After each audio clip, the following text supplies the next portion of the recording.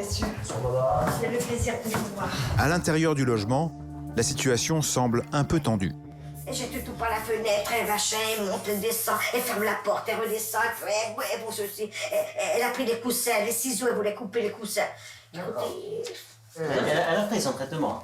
là, oui, elle prend son traitement Elle a tout pris. régulièrement. Non, je ne l'ai pas pris. Vous l'avez pas pris aujourd'hui? Non. Comment t'as pas pris? Oui, mon chéri. Non, je l'ai pas pris. Si, je lui ai donné. 17 hein. et 10. Hein, combien? 17. De tension. Oui, il fait de l'hypertension. Elle fait Il l'hypertension. fait de l'hypertension. Ok. D'après cette mère de famille, sa fille handicapée est l'objet de crises de démence répétées depuis 3 jours. Elle ne dorme plus. Gilles fait son rapport au médecin. Elle fait régulièrement des séjours en milieu psychiatrique. Elle a un comportement particulier d'après la dame qui l'accompagne. En toute logique, le médecin de garde décide de faire rapatrier la patiente au centre hospitalier. On va chercher la chaise. Ouais, c'est bon. Mais rien ne va se passer comme prévu. Allez, vous venez avec nous, comme ça on va voir le docteur. Il vous donne le cachet, après ça ira mieux. Après, on rentre. Oui. Surtout ne me la laissez pas parce que, oh là, mon Dieu, je ne veux pas savoir ce qui peut arriver. La fille s'est enfermée dans un mutisme total. Elle ne répond plus. Elle semble ne pas vouloir suivre les pompiers qui font à nouveau face à un patient récalcitrant. Il est 1h30 du matin. La nuit avance. Vous voulez pas aller à l'hôpital? Maman vient avec nous à l'hôpital ce soir.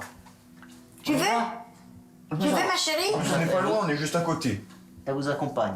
À partir de cet instant, Gilles, Olivier et le reste de l'équipe vont absolument tout essayer pour convaincre la patiente de les suivre. C'est une fumeuse, alors pour l'amadouer, ils dérogent à leur principe en lui proposant une cigarette, à condition d'aller la griller à l'extérieur. On va descendre fumer ou pas? Un stratagème qui peut fonctionner.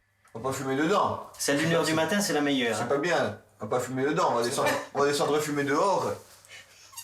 Regardez, il y a même le camion, on va des pompiers. Oui, regardez, à travers la fenêtre, on voit les gyrophares. Regardez, vous voyez les lumières bleues. Vous voulez faire un tour dans le camion des pompiers? Oui, les lumières bleues, regardez, c'est le camion des pompiers. Si vous vous levez, vous le voyez de là. Et on met la sirène. Ça, on voit le docteur. Vous allez avec lui, En plus, comme ça. il est beau, lui, hein? Mais la patiente est totalement insensible au charme d'Olivier. Du coup, les pompiers se montrent plus pressants. Allez, On va- donnez-moi la main, on y va. On va avec les pompiers. Allez, allez. Non, non, non. Mais oui. Moi, je suis gentil, hein. Non, non, non. Regardez, non, on va non. avec les pompiers, c'est les pompiers. Je l'accompagne. C'est pompier. Pompiers que Si vous vous avez voulez. appelés. Tu rends pas. On va pas le faire de force. On va pas vous soulever, nous. Quand même. T'es pas un bébé. Vous êtes- Allez. En plus, vous êtes grande. Une attitude inexplicable de la part de la fille, d'autant que les pompiers découvrent que c'est elle qui les a appelés.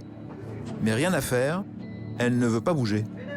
Depuis 6 heures de l'après-midi, les pompiers, je l'ai empêché 2 ou 3 fois. Moi, je sais pas qu'est-ce que vous pouvez faire, là. Vous avez eu déjà non, on des peut pas cas, la faire- des cas comme ça. On va pas la prendre de force non plus, on va pas l'emmener de force.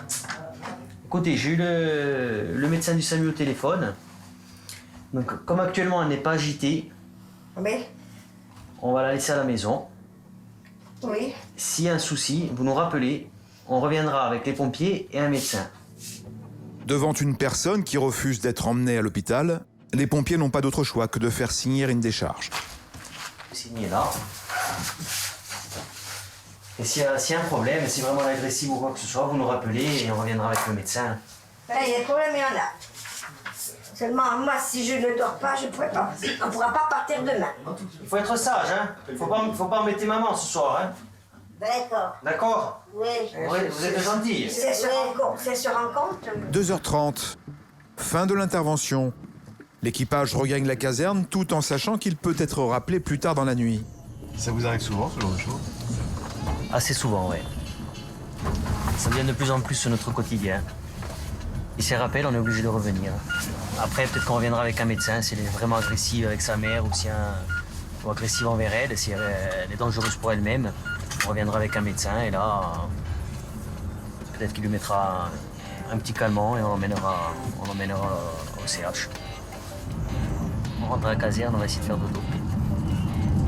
Gilles et ses hommes vont pouvoir dormir tranquilles. Le reste de la nuit se déroulera dans le calme pour les pompiers.